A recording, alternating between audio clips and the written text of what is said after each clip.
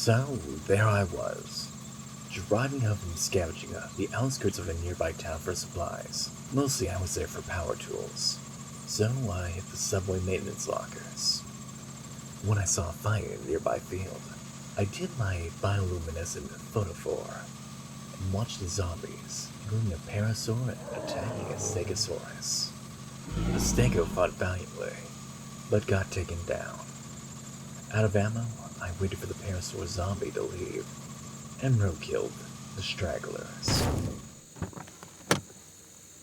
The corpse was huge and fresh, and for a starving survivor like me, it meant food. Unfortunately, my ride, a banged-up cop car, was too full already. Even though I already extended the trunk space into the rear seats. But I wasn't going to let this go.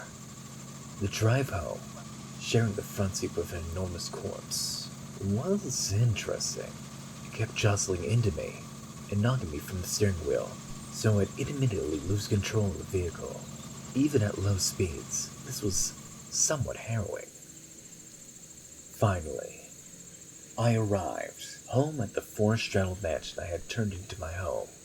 The grounds were still covered in pulped zombie corpses. It was a little big, so I only used the front few rooms. But the swimming pool was a good source of water. Summer was upon me. I had to work quick, mostly naked, to avoid overheating, to keep the corpse from rotting before I even get to it. In the open space of the courtyard, which I converted a few rows to crop plots to grow barley and blueberries, I extended my cybernetic toolkit and got to work.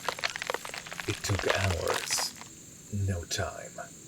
I immediately tossed most of the organs. I was racing the clock. I turned the digestive tract into meat casing and ran it with casings, fresh fat, carved meat. I began making raw sausages and set them to smoke, but spoilage loomed for the remainder. I converted a whole fridge to run off my solar array. It would help, but only part way. The next couple days, my charcoal smoker ran non-stop. At the time, I was recovering from starvation, a consequence from being an escaped mutant from a nearby lab.